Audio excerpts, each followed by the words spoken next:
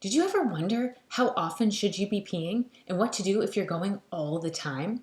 Is there a chance you're overhydrating? What about water intoxication? Is that even a real thing? We'll be diving into all of these things and the information you need to know in today's video. We'll touch on how to ensure you're getting the most out of your water, plus other hacks and tips to ensure you have just the right amount of hydration. We've got a lot of great information in today's video, so let's get started. Let's talk about optimizing and hydrating in the wisest way possible. How often you should be peeing and what to do if you're going all the time. How to make your water work harder for you. And we're going to be discussing overhydration. Yes, it's a real thing and why it matters. And I'm sharing more hacks and tips for hydrating. How often does the average adult go to the bathroom? The average adult takes 6 to 10 pee trips in about a 24-hour period. What do you do if you feel like you're going way more often than that? So if you're drinking lots of water and you feel like all you're doing is running to the bathroom and immediately peeing it away, let's take a minute to examine your electrolyte balance. Are you adding any extra electrolytes to your water? Things like a pinch of Himalayan sea salt or a pinch of Celtic sea salt, or maybe an electrolyte tab or an electrolyte mix-in packet. It's important that as your body takes on more water, you're also taking on the necessary electrolytes like sodium, potassium, and chloride to help keep things in an equilibrium and help keep the water that you consume in your body and diffusing properly into your different tissues. The goal is to balance the water intake with the necessary electrolytes your body needs. Only when you maintain this delicate balance will you actually truly stay hydrated. One of the easiest and least costly ways is to put Himalayan sea salt or Celtic sea salt in your water. You can add just a small pinch to your water a couple of times a day. No need to add salt to every single glass. And if you're someone who has high blood pressure or if you frequently salt your food, you might be able to skip this step.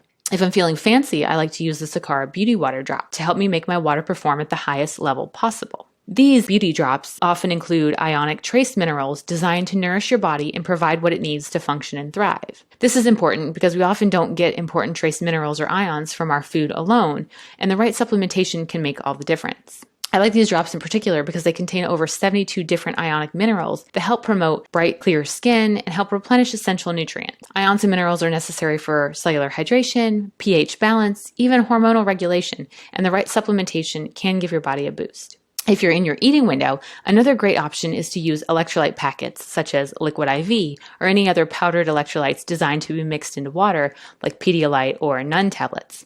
And even if you are in your eating window, be sure to check the sugar content. If you don't like the idea of adding drops or salt to your water, you can consider drinking a little bit of skim milk if you like dairy. Skim milk actually has a small amount of fats and proteins, plus a little lactose and sodium, so all of which do a great job of hydrating the body. So remember, no matter what it is that you mix into or add to your water, if it has more than 40 calories or it's over 1 gram of carbohydrates, be sure to only consume it during your eating window, because if it meets either of those criteria, it will definitely break your fast. So what does overhydration look like? If you're using salts and electrolytes, but you're still running to the bathroom constantly and your urine is crystal clear, there's a chance you might be overhydrating. There's also some underlying medical conditions that could cause this problem, so be sure to check with your doctor if you don't think you're overhydrated.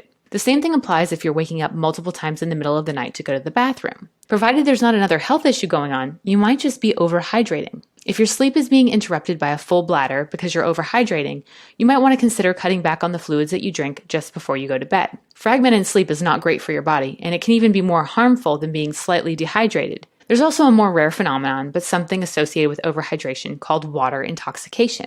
This occurs when your sodium levels are out of sync with your water intake. So when you overhydrate, it increases the amount of water in your blood. This can dilute crucial electrolytes, particularly sodium. Sodium helps maintain the balance of fluids inside and outside your cells. So when sodium levels drop due to excessive water consumption, fluids will travel from outside of our cells to the inside of our cells to try and create this ionic balance. This actually causes the cells to swell. The lack of sodium concentration plus the dilution of other substances can cause you to appear or act intoxicated. You might be confused, disoriented, and low sodium can even cause nausea and vomiting. In rare cases, water intoxication can be fatal, particularly if our brain cells start to swell. Again, this is something that's extremely rare, but it's something to be aware of, and it also illustrates the importance of keeping your electrolytes, particularly sodium, in balance. Just another reminder and a little visual that everything in the body is a delicate balance. The color of your urine is typically a great indicator of your level of hydration.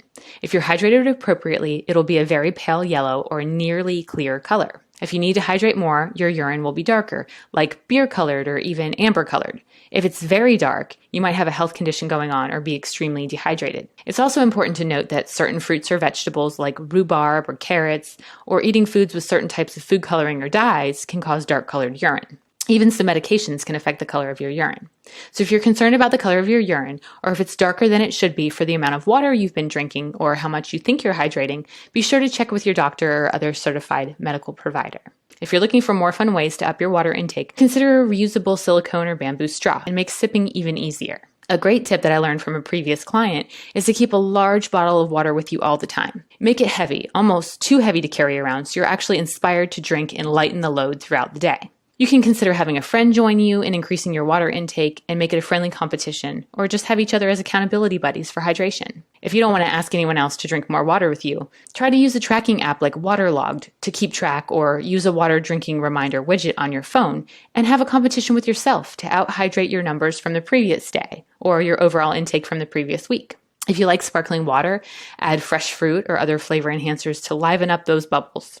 Have some fun and add in maybe like a sugar-free Kool-Aid mix or a sugar-free Crystal Light if you want a little flavor and a little fun. Just be sure to watch the sugar content. You can always add in some cucumber slices, some fresh ginger, even crush up a little mint and throw it in there. It'll keep your taste buds happy and awake. And if you like bubble water, use a soda stream or consider mixing low sugar or sugar-free cranberry juice or even lemonade into the bubbles. All right, so now it's your turn to take action.